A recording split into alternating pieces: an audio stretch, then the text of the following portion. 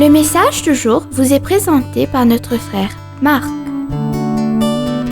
Salut, chers bien-aimés de notre Père Céleste. Je suis heureux de vous retrouver en ce lundi matin sur la route de l'Évangile. J'espère que vous avez apprécié votre week-end avec vos proches. Aujourd'hui, le partage s'intitule « Laissez Dieu être votre défenseur ». Comme vous le savez déjà, bien-aimés, je veux toujours être au courant et parler de l'actualité, ou les actualités, afin que les croyants puissent savoir comment agir et réagir en ces jours difficiles.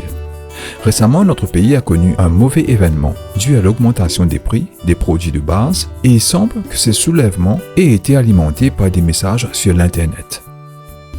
Bien-aimés, notre civilisation est en train de perdre sa civilité. Le monde devient plus grossier. L'Internet y contribue, car il permet aux gens de se cacher derrière l'écran et de dire des choses en ligne qu'ils n'auraient jamais le courage de dire face à face. Que vous soyez pasteur, croyant ou simple citoyen, vous êtes susceptible d'être à l'autre bout de certaines de ces attaques.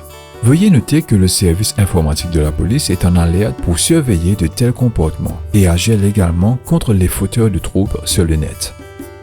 Bien-aimés, les gens qui font cela révèlent l'endurcissement de leur cœur. Les personnes formidables font que d'autres gens se sentent bien, mais les gens au cœur de pierre les rabaissent.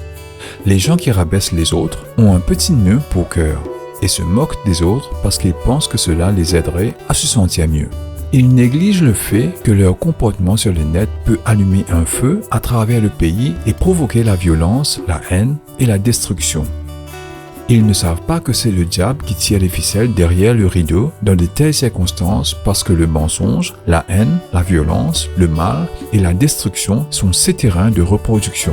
Alors, peuple de Dieu, faites attention. Alors la question pour les enfants de Dieu: comment gérons-nous les personnes rudes, à fort caractère? Nous ne le faisons pas, mais nous laissons Dieu les manipuler tout simplement. Voici le secret, bien-aimé peuple de Dieu.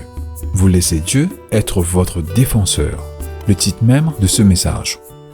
Le psaume 23, verset 5 déclare que « Tu prépares une table devant moi en présence de mes ennemis. Tu oins ma tête d'huile.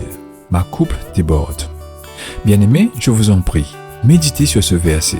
Demain, nous approfondirons afin de comprendre et de savoir comment faire face à de telles attaques sur le net et épargner les mauvaises réactions qui s'ensuivent. Que Dieu vous bénisse tous. Profitez de votre journée en lui. Au revoir. Si toi aussi tu crois que la parole de Dieu est une bénédiction, partage-la et sois une source de bénédiction pour les autres toi aussi.